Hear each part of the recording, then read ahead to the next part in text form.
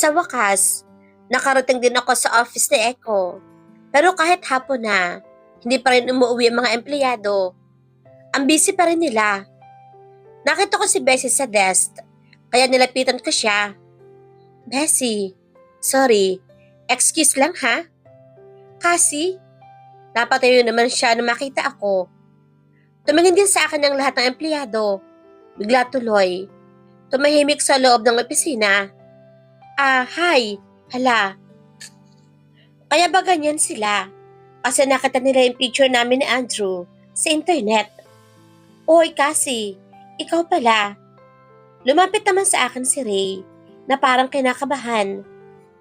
Hi Ray. O hi Paul. Hindi pa rin kayo pwedeng umuwi? Nag-shrug lang si Paul. Madami pang kailangan gawin. Ganun ba? Sige, sandali lang ha. Dadalawin ko lang si Echo. Hindi pwede. Sabay pa nilang sigaw na tatlo. Bakit naman? Naglakad pa rin ako. Papuntang private office ni Echo. Pasimpleng hinarangan naman ni Bessie ang aking dadaanan. Huwag ka munang pumasok kasi. Ano kasi medyo hawk mode si boss. Tama, hawk mode. Kaya bumalik ka na lang mamaya. Okay lang, Bessie. Kaya ko naman At saka dapat harapin ko na ngayon ang hawk mode ni Echo. Sigurado galit iyon dahil doon sa picture namin ni Andrew. Busy si boss ngayon kasi bawal siyang maistorbo. Singit naman ni Paul.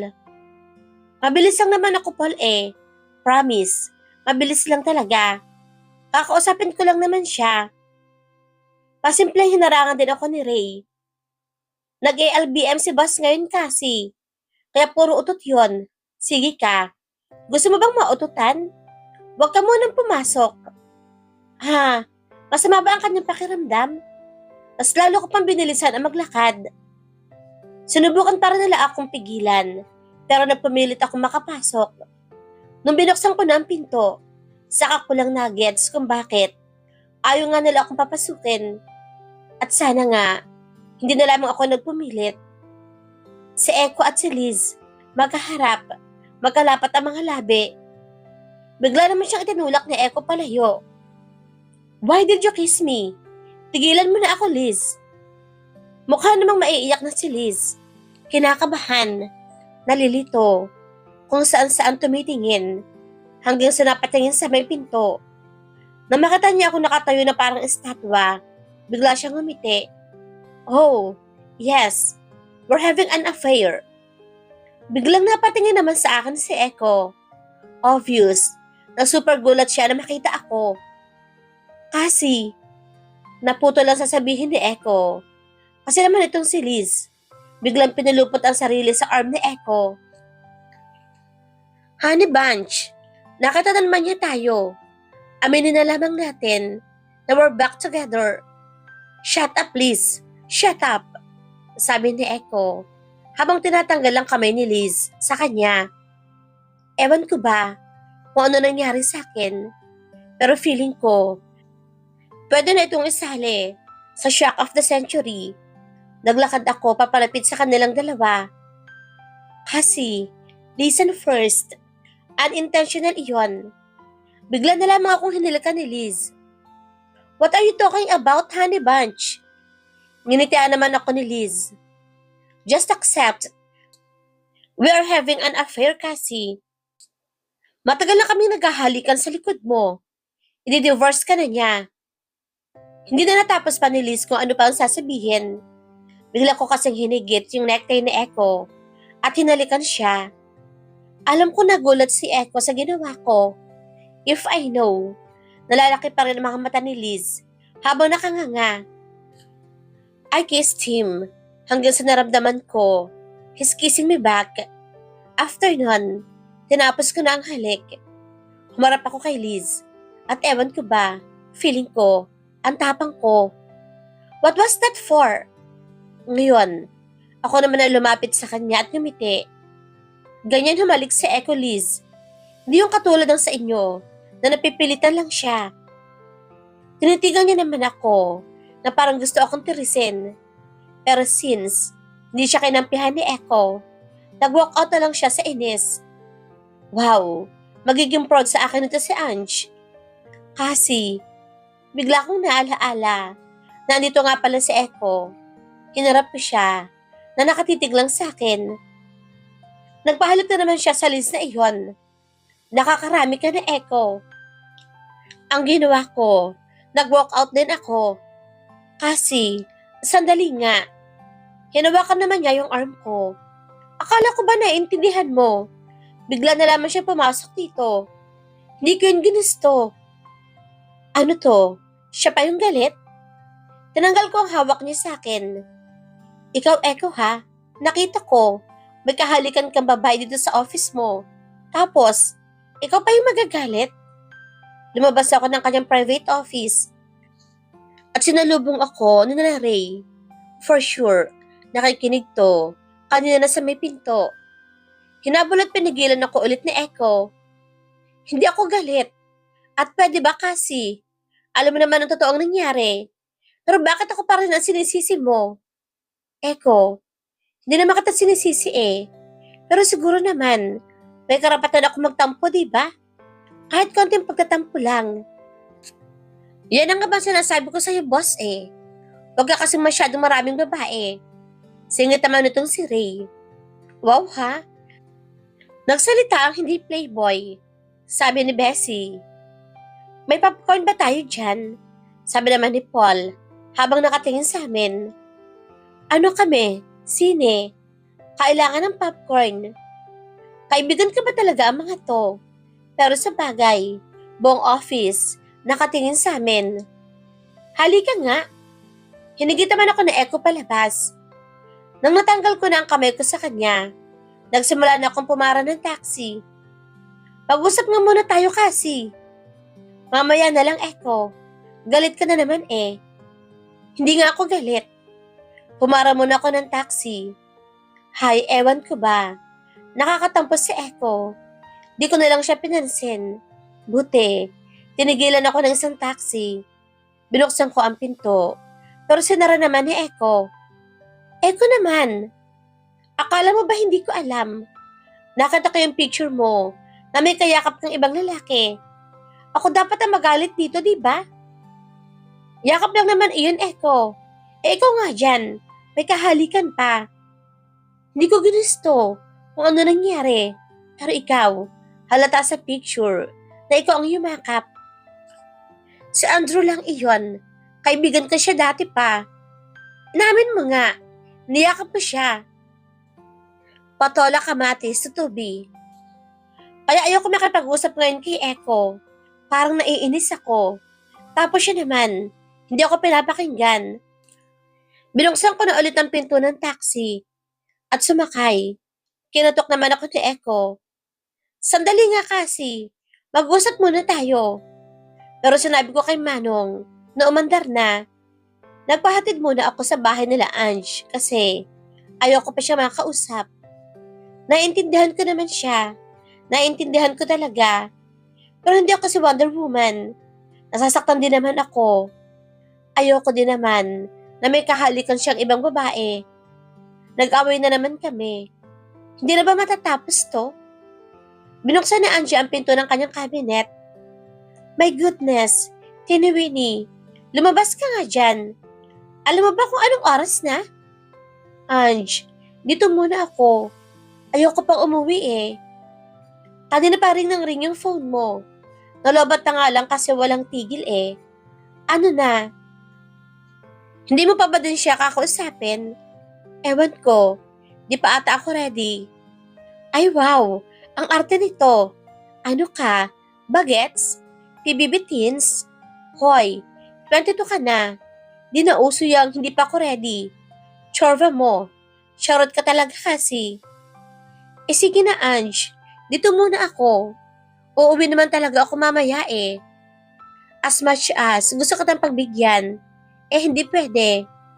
Kapag hindi kita nadala sa party ng nanay mo, pupugutan ako na ng ulo for sure. Party. Napansin ko nga yung suot ni Ange. Nakaka-cocktail dress siya. May party si ma'am. I knew it. Hindi ka nakikinig kanina. Hinigit naman niya ako palabas ng cabinet. Bilisan mo na, Tini Winnie. May pinadalang dress ang nanay mo. Magbihis ka na. Hindi ba pwedeng hindi na lang ako umattend, Ange? Late na naman tayo eh. Sigurado, hindi na tayo mapapansin nun kapag hindi tayo sumipot. Umiling-iling naman siya. No, no, no way, Tini Winnie. Hindi pwedeng hindi ka mapansin. Dahil kanina ka pa hinihintay ni Drew my loves. Escort mo. Remember, kaya bilis na, magbihis ka na. Bakit ba ako nag-iinarte pa kanina? Dapat ata umuwi na lang ako. Pero ayoko kasing makausap si Echo. Ano ba yan? Nagbihis na nga lang ako. Bahala na. Sinundo kami ni Kev, aka ang gwapong partner ni Ange. Na makarating kami sa party, medyo madami ng tao. Sumasama lamang ako lagi kay Ange. Hanggang sa nakita ako ni na mom and dad. Kumustahan? Then, lumapit din sa amin sa Andrew. Oo nga pala, siya ang escort ko. Wow! You look wonderful tonight, Cassie. Nag-force smile lang ako. Thanks, Andrew. Ikaw din. You look good. Pinaklala ko siya kay Kev. Then, iniwan mo na kami nila, ma'am. Nagkwentuhan lang kaming apat. Minsan, may lumalapit ng mga kaibigan namin. Pero parang gusto ko na atang umuwi. Iniisip ko kasi, kung nasa bahay na ba si Echo, o kung kumain na ba siya ng dinner. Ngayon nakapagpahinga, at nakapag-isip-isip na ako. Gusto ko na siya makausap. Miss ko na rin kasi siya. At ayoko na rin kami mag-away. Bigla naman ako hinigit ni Ange.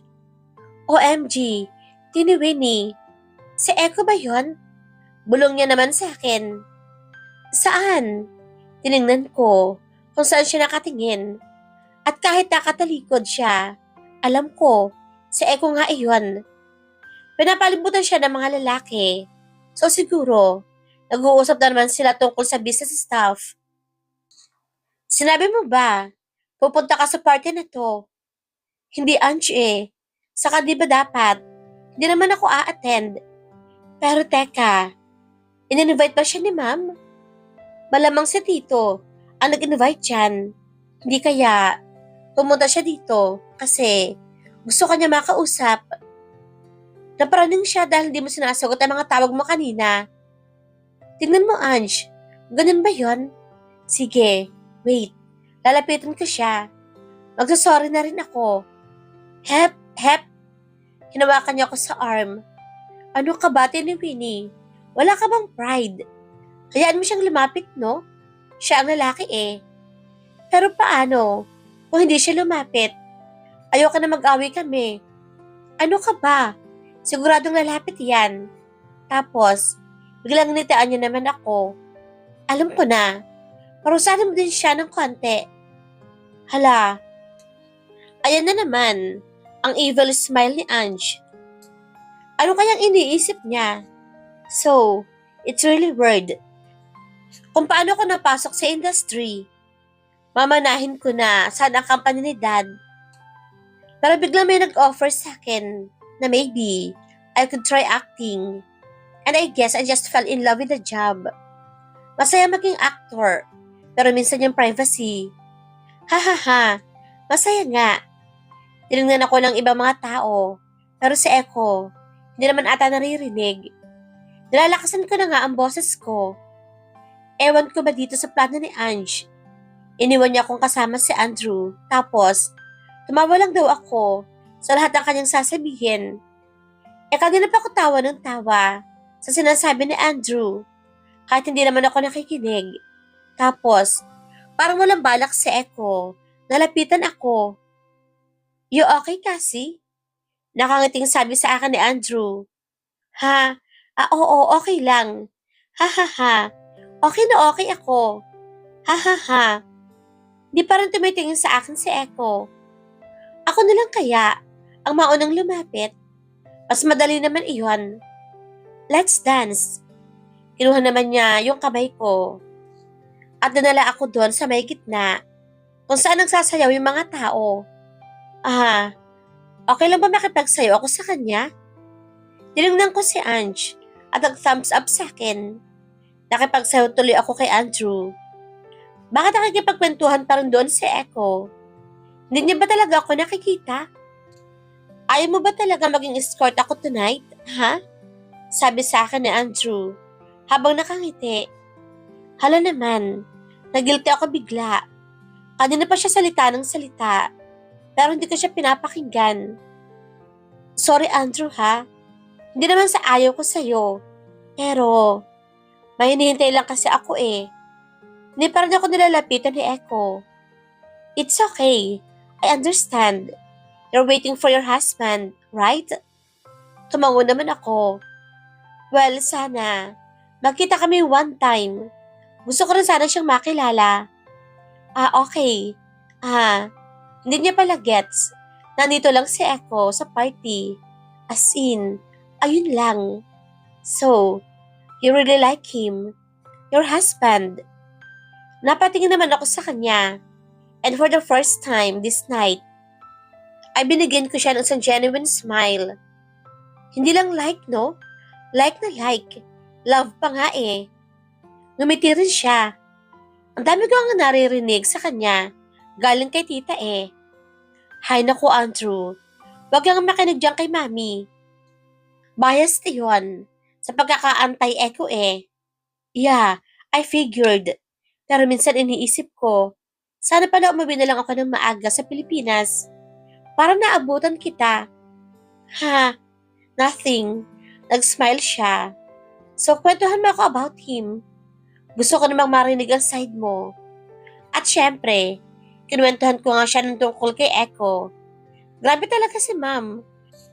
Kung ano-ano ang sinasabi dito kay Andrew tungkol kay Echo.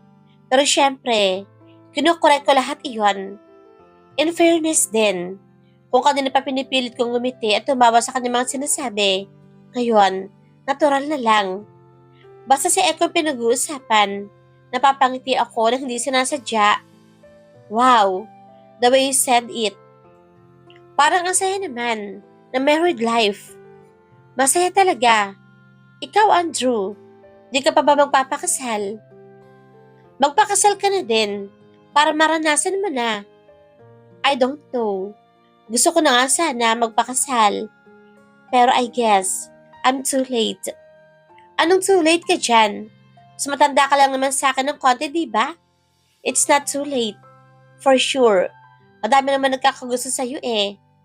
Well, para saan pa yon? Kung hindi naman ako gusto ng taong mahal ko. Nax, ang lalim naman nun Andrew. Sigurado, magugustuhan ka rin niya. Don't worry.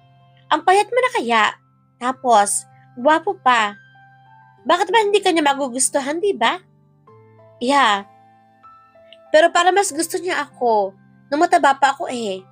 Siguro kasi, mas cute ako dati. Natawa naman ako sa kanyang sinabi. Siguro kasi Andrew, mukha ka pang siopaw dati. Hinawakan ko ang kanyang cheeks at pinisil. Lagi ko rin kasi siyang pinipisil dati. Baka nakukitan siya sa mga siopaw. Baka nga, nagulat naman ako. Nang bigla niyang hinawakan ng mga kamay ko sa cheeks niya. Sana pala siopaw na lang ako. Ang weird naman itong si Andrew.